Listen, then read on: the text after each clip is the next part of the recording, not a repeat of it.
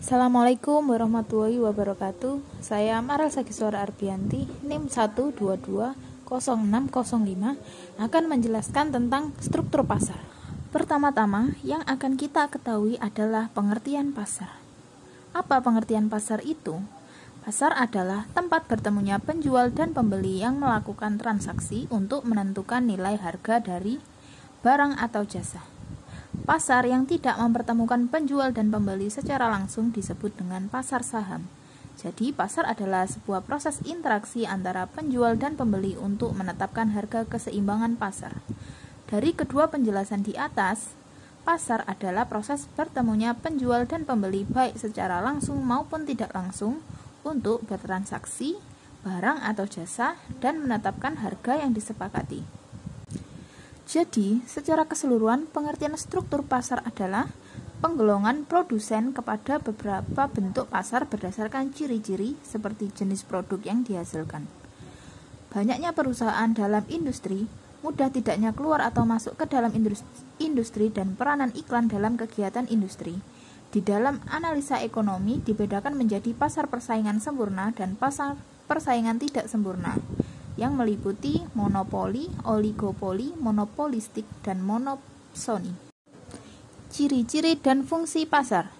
Ciri-ciri pasar adalah 1. Adanya penjual dan pembeli. 2. Adanya jasa atau barang yang akan diperjualbelikan. 3. Adanya permintaan dan penawaran. 4. Adanya interaksi antara penjual dan pembeli. 5. Terjadinya kesepakatan antara penjual dan pembeli. Setelah mengetahui ciri-ciri pasar, sekarang kita akan mengetahui beberapa fungsi pasar.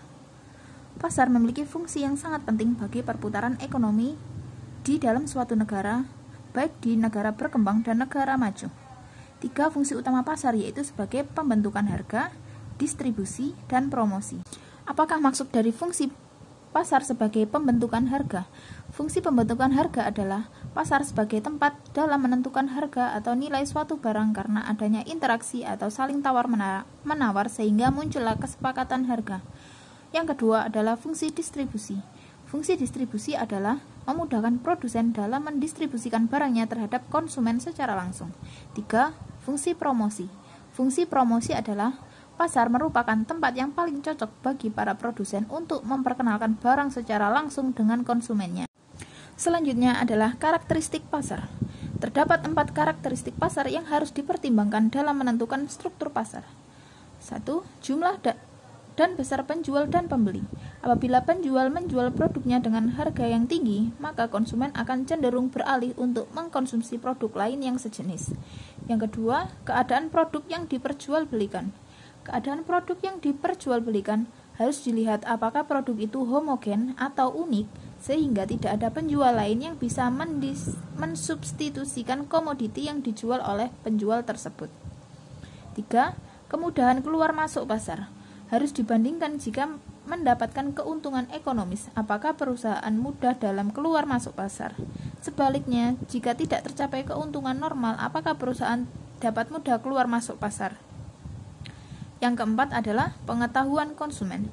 Pengetahuan konsumen terhadap harga dan struktur dan biaya produksi, apakah terdapat informasi harga yang wajar bagi konsumen, ataukah tidak adanya informasi harga yang memadai. Karakteristik berdasarkan penjual dan jenis barang. Secara umum, karakteristik jumlah penjual dan keadaan atau jenis barang yang diperjualbelikan merupakan karakteristik utama dalam menentukan struktur pasar. Ditinjau dari segi penjualan dan keadaan komoditi yang diperjualbelikan, maka struktur pasar dibedakan menjadi berikut. 1. Struktur pasar persaingan sempurna. Sebagai satu contoh, pasar persaingan sempurna adalah pasar bebas. Pasar bebas terdapat banyak penjual dan pembeli sehingga harga yang terbentuk merupakan hasil akhir dari interaksi penawaran dan permintaan. 2. Struktur pasar persaingan monopolistik. Pasar persaingan monopolistik menjadi 3 karakteristik utama, yakni produk yang dihasilkan berbeda corak, jumlah penjual relatif banyak, dan adanya persaingan harga. 3. Struktur pasar oligopoli. Karakteristik utama dasar oligopoli adalah adanya beberapa perusahaan yang menghasilkan produk homogen atau berbeda corak, sehingga perilaku perusahaan mendapat reaksi perusahaan lainnya. Oligopoli yang dihasilkan produk homogen terstandarisasi disebut oligopoli murni. Sedangkan oligopoli yang menghasilkan barang berbeda corak disebut differentiated oligopoli, misalnya industri rokok. 4. Struktur pasar monopoli. Monopoli untuk menggambarkan struktur pasar yang terdiri hanya satu perusahaan yang menjual suatu produk yang unik, sehingga perusahaan lain tidak dapat menggantikan produk tersebut. 5. Struktur pasar monopoli. Kasus tertentu mengenai pemasaran komoditi pertanian Indonesia seringkali adanya campur tangan pemerintah melalui Perpu. Ini menimbulkan tata niaga komoditi pertanian. Lebih tepat dikatakan tata niaga komoditi pertanian daripada pemasaran pertanian, jika ada andil campur tangan pemerintah. Penggolongan struktur pasar. Ada beberapa penggolongan produsen kepada beberapa bentuk pasar berdasarkan ciri-ciri seperti banyaknya perusahaan dalam industri, jenis produk yang dihasilkan mudah atau tidaknya keluar atau masuknya dalam industri, dan peranan iklan dalam kegiatan industri, jumlah penjual, pembeli, skala produksi, jenis produksi yang merupakan beberapa hal penting yang akan mengubah tingkah laku dan kinerja pasar sehingga dapat mengubah struktur pasar tersebut. Dalam ilmu ekonomi, struktur pasar dibedakan menjadi beberapa macam, seperti berikut. Seperti yang sudah disebutkan di awal, struktur pasar dibedakan menjadi beberapa macam. 1. Pasar persaingan sempurna atau perfect competition market. Pasar persaingan sempurna adalah sebuah jenis pasar dengan jumlah penjual dan pembeli yang sangat banyak dengan produk yang dijual bersifat homogen. Harga yang dihasilkan melalui mekanisme pasar dan hasil interaksi antara penawaran dan permintaan sehingga penjual dan pembeli tidak dapat mempengaruhi harga. Ini hanya akan berperan sebagai penyedia suatu barang yang berasal dari berbagai kalangan produsen.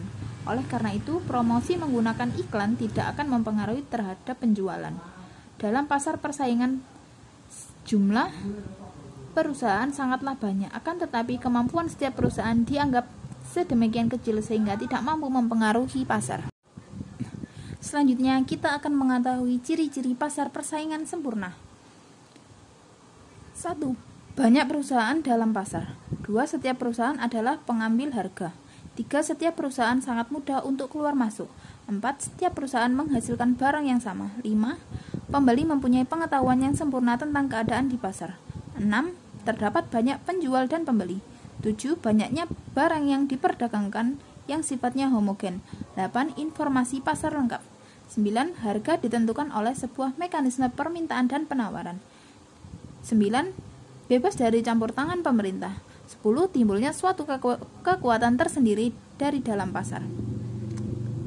Yang selanjutnya adalah kelebihan pasar persaingan sempurna. 1. Harga ditentukan oleh satu penjual atau pembeli, dalam artian ditentukan dari tawar-menawar harga. 2. Tidak memerlukan iklan karena barang yang diperjualbelikan sama. 3. Mampu meningkatkan efisiensi dalam produksi. Semakin banyak jumlah penjual, produsen akan berlomba-lomba meningkatkan mutu barang yang dijual. Nomor 4. Pembeli dan penjual bebas bertindak, di mana produsen dan konsumen memiliki kebebasan dalam keluar masuk pasar. Yang ketiga, kekurangan pasar persaingan sempurna. Pekerja menerima gaji atau upah yang rendah dengan laba secukupnya. Produsen tidak bisa memberikan upah tinggi karena pekerjaannya. Yang kedua, tidak ada dana untuk penelitian dan pengembangan produk, jadi tidak berinovasi produknya. 3. Terbatasnya kebebasan memilih bagi pembeli karena barang yang dijual hanya satu. Yang kedua adalah pasar monopoli.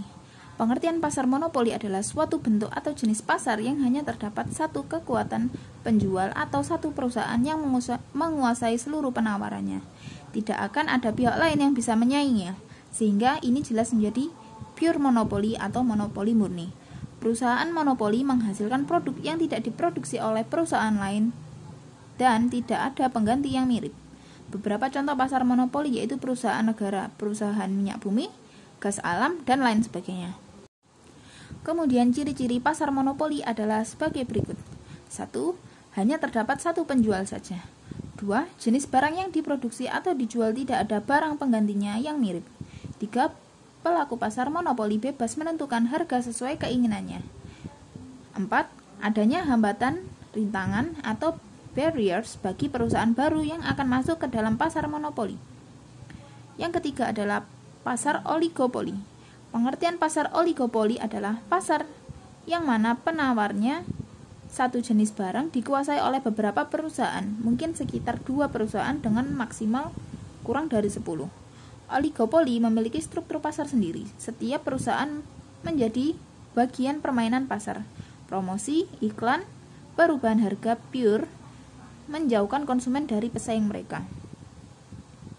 Praktik oligopoli dilakukan untuk menahan perusahaan yang sangat potensial masuk ke dalam pasar dan berusaha menikmati laba normal di bawah tingkat maksimum dengan menetapkan harga jual terbatas. Pada umumnya, struktur pasar oligopoli terbentuk pada instruksi yang dimiliki capital intensif yang cukup tinggi. Contohnya industri mobil, semen, dan kertas. Adapun untuk ciri-ciri pasar oligopoli adalah 1. Terdapat beberapa produsen yang menguasai pasar. 2. Produk yang diperjualbelikan bisa homogen atau berbeda corak. 3. Setiap produsen atau perusahaan cenderung memberlakukan harga pasar yang umum. 4. Terdapat kepemimpinan harga atau price leader oleh perusahaan atau produsen besar. Yang keempat adalah pasar duopoli. Definisi pasar duopoli adalah suatu pasar di mana penawaran suatu jenis barang dikuasai oleh 2 perusahaan. Contohnya adalah penawaran minyak pelumas dikuasai oleh Pertamina dan Caltex. Nomor 5, pasar monopolistik. Definisi pasar monopolistik adalah suatu bentuk interaksi antara permintaan dengan penawaran di mana terdapat sejumlah besar penjual yang menawarkan barang yang sama. Pasar monopolistik merupakan pasar yang memiliki sifat monopoli pada spesifikasi barangnya, sedangkan unsur persaingan pada banyak penjual yang menjual produk yang sejenis. Contohnya produk sabun yang memiliki keunggulan untuk kecantikan, kesehatan, dan lain sebagainya. Lalu kemudian apa ciri-ciri pasar monopolis? Ciri-cirinya sebagai berikut. 1. Terdapat banyak penjual atau produsen yang berkecimpung di pasar. 2. Barang yang diperjualbelikan merupakan differentiated product. Nomor 3. Para penjual memiliki kekuatan monopoli atas barang yang mereka hasilkan. Nomor 4. Untuk memenangkan persaingan, setiap penjual aktif melakukan promosi atau iklan. Nomor 5. Keluar masuk pasar barang atau produk relatif lebih mudah. Nomor 6.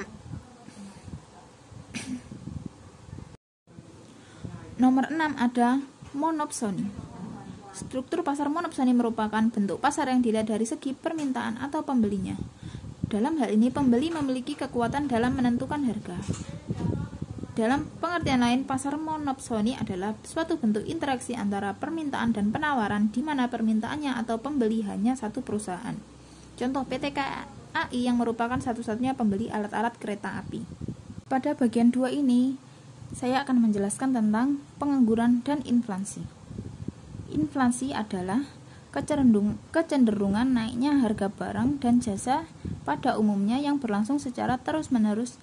Jika inflasi meningkat, maka harga barang di dalam negeri mengalami kenaikan.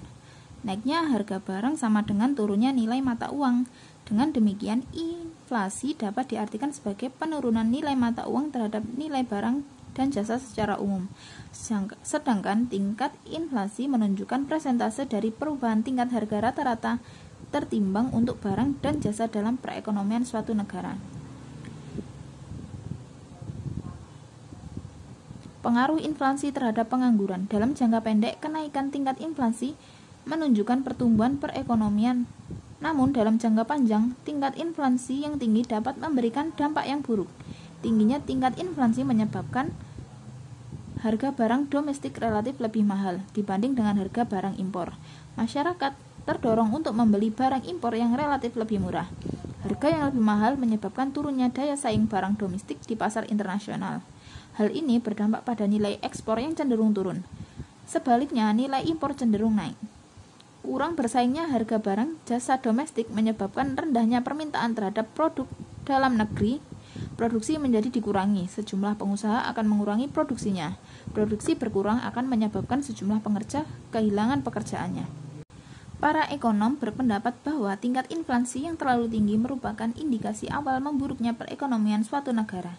Tingkat inflasi yang tinggi dapat mendorong bank sentral menaikkan tingkat bunga. Hal ini menyebabkan terjadinya kontraksi atau pertumbuhan negatif di sektor real. Dampak yang lebih jauh lagi adalah pengangguran menjadi semakin tinggi. Dengan demikian, tingkat inflasi yang tinggi, pengangguran merupakan dua parameter yang digunakan untuk mengukur baik buruknya kesehatan ekonomi yang dihadapi suatu negara. Demikianlah penjelasan dari saya. Jika ada kekurangan dan salah-salah kata, mohon dimaafkan. Wassalamualaikum warahmatullahi wabarakatuh.